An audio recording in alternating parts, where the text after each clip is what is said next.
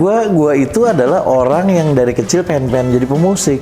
Begitu gue di depan bokap, "Pah, bisa main gitar gini." Wah, dimaki gue. "Temuin papa lah. Ini mama yang minta kamu untuk datangin dia. Ferdi, maafin papa ya, selama ini papa keras sama kamu karena papa percaya kamu nanti penggantinya papa. Waktu gue kecil, dia nyariin duit buat gue gitu kan. Gue mau ke dokter apa, gue sakit atau apa gitu. Dia yang cari? Dia yang cariin gitu. Ingat momen dia beliin main pistol-pistolan. Pistol-pistolan. Kita kalau orang tua ngasih tahu ke anak, anak mungkin nggak akan dengerin kita. Kadang-kadang kita juga tahu bahwa dia nggak dengerin kita kan. Kita ulang-ulangin, kita bawel-bawel. Ternyata itu fungsinya kita. Kita harus kasih tahu terus walaupun dia nggak denger. Berulang-ulang. Terus itu tugas kita sampai kita nanti nggak ada.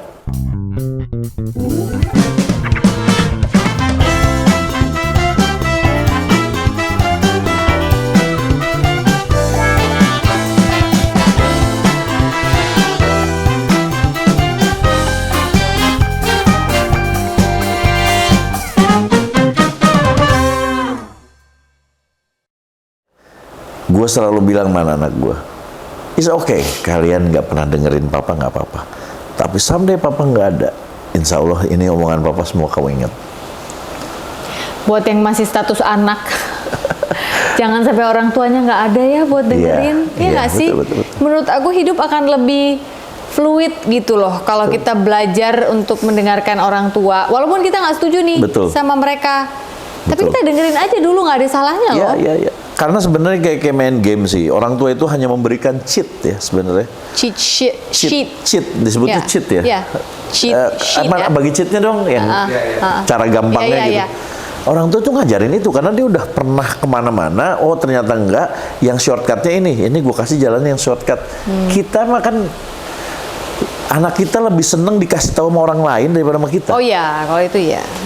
Anak gue tuh kalau kasih tahu sama gue ya cuek aja. Tapi bagian di gila, kata si ini gini, kata si om ini, "Pak agak terus begini gila bener banget lo omongannya." Dan mati gue sejuta kali gue ngomong baru gitu. Iya, lu nggak inget gitu. Iya.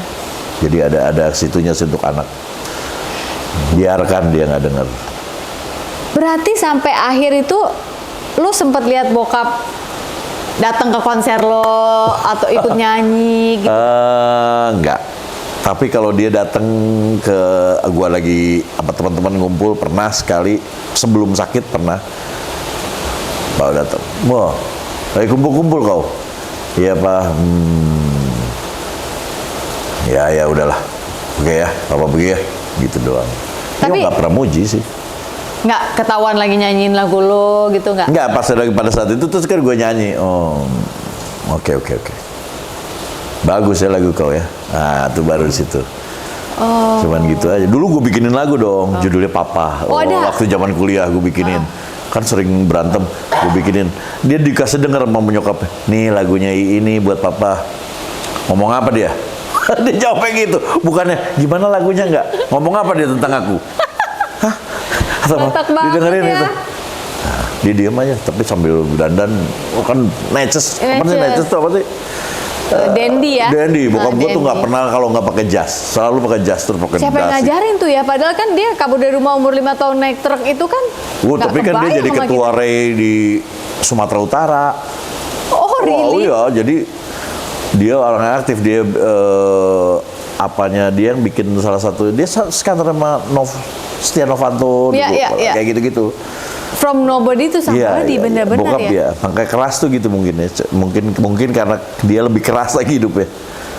Berarti oke, kalau lo udah belajar untuk keras untuk bertahan dalam hidup ini walaupun tidak semua petua dia lo adopsi ya, pasti kan banyak yang lo lawan kan, makanya lo kabur dari rumah mencari jalan lo sendiri.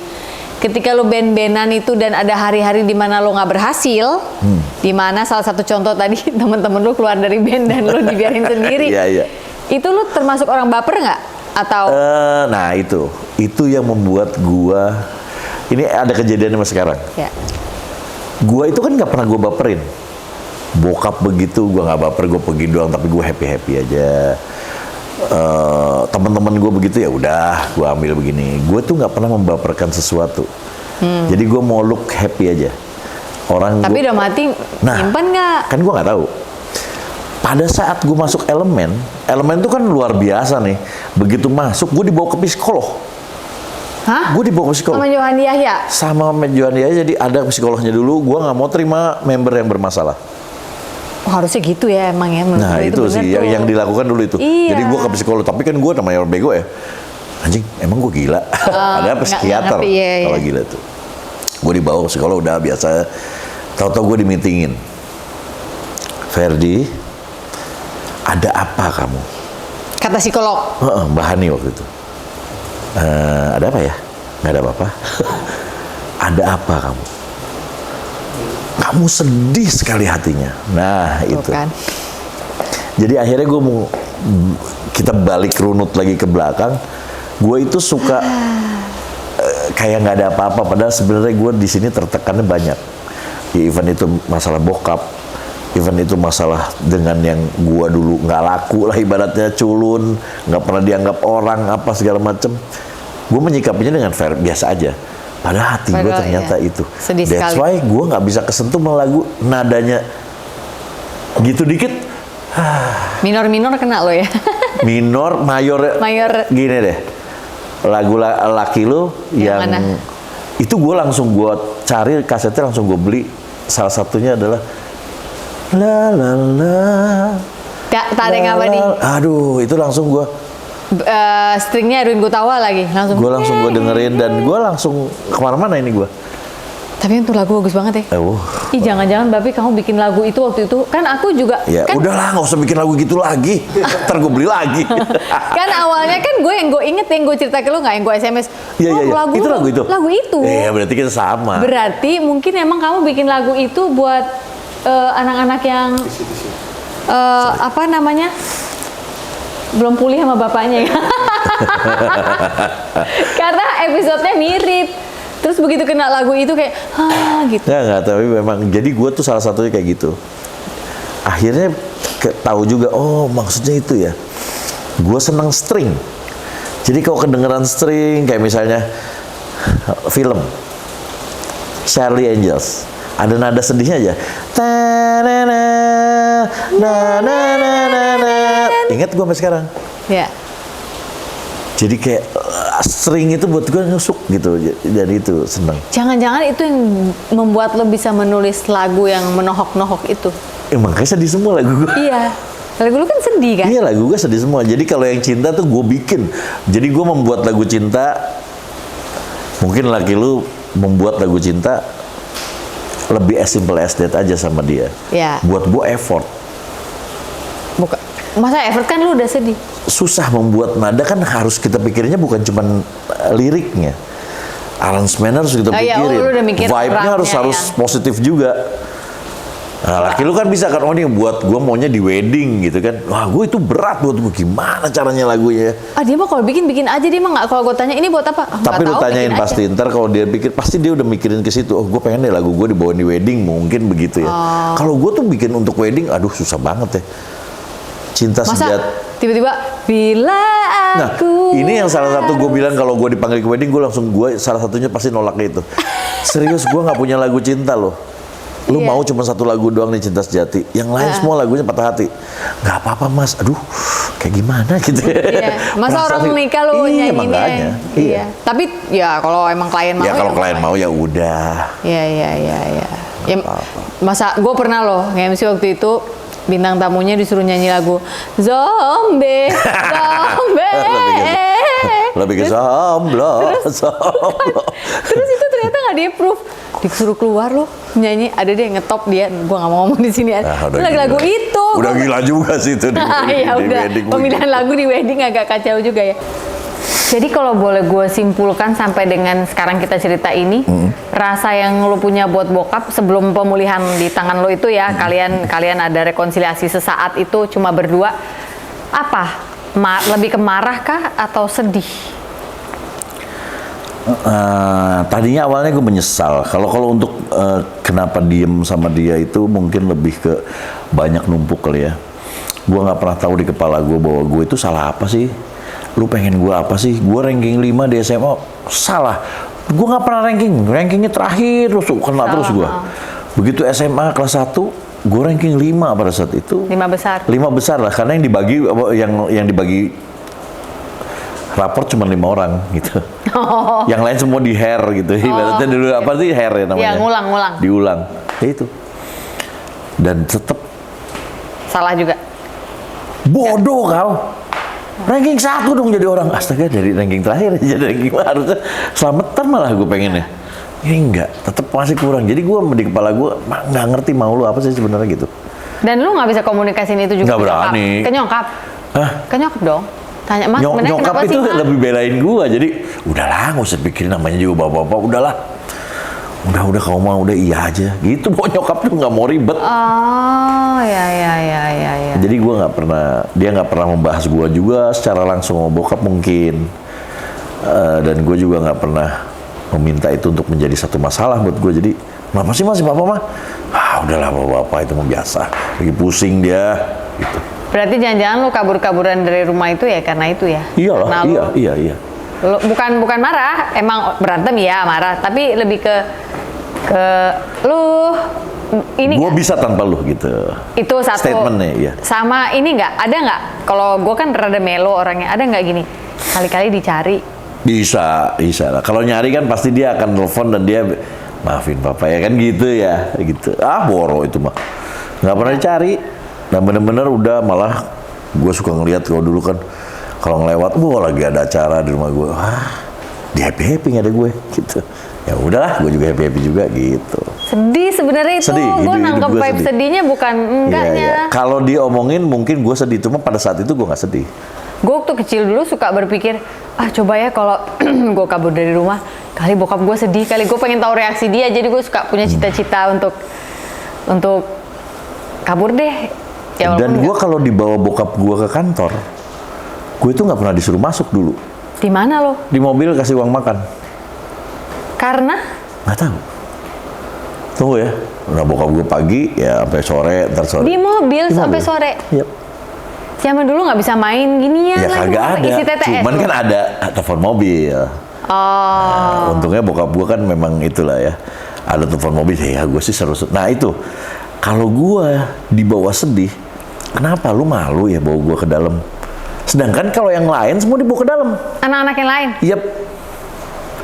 Pada saat yang berbeda atau yang sama? Gini, gue nggak pernah tahu itu. Jadi gue berpikir bahwa gue kalau di mobil itu memang biasa. Oh, yang lain juga pasti di mobil. Pasti begitu. Gitu. Satu kali waktu gue pernah datang sama adik gue lagi. Langsung, yuk masuk. Oke? Gue boleh masuk nih. Pas masuk, adik gue kenal semua yang ada di dalam situ. Berarti kan sering. Di ruangan, kita ke ruangan papa yuk. Ke ruangan papa di sini. Lah, kok dia tahu ruangan bokap? Kalau lu jadi gue pada saat itu merasa didiskriminasi nggak? Iya dong. Iya nggak? Iya dong. Iya. Gue pada saat itu pikirannya beda.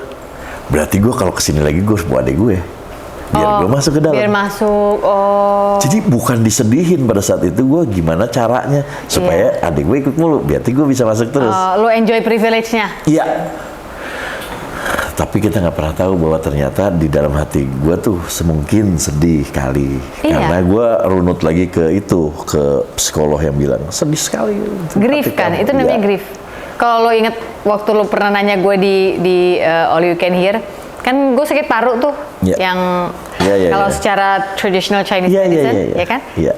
Itu organ yang menyatakan grief. Iya. Duka, terlalu berduka yang udah numpuk, kita udah nggak tahu di sebelah mana. Nah, lu nggak tahu malah lu sedang bersedia atau enggak, malah kadang lu nggak tahu. Saking udah jadi normal, the new normal. Udah jadi new normal, betul. Iya kayak gitu, betul. Kalau dianalogikan seperti itu mungkin ya. Jadi gue menganggap itu hal yang biasa pada saat gue tidak merasa didiskriminasikan. Ya udah, seneng aja, enjoy aja with that. Gitu. Iya.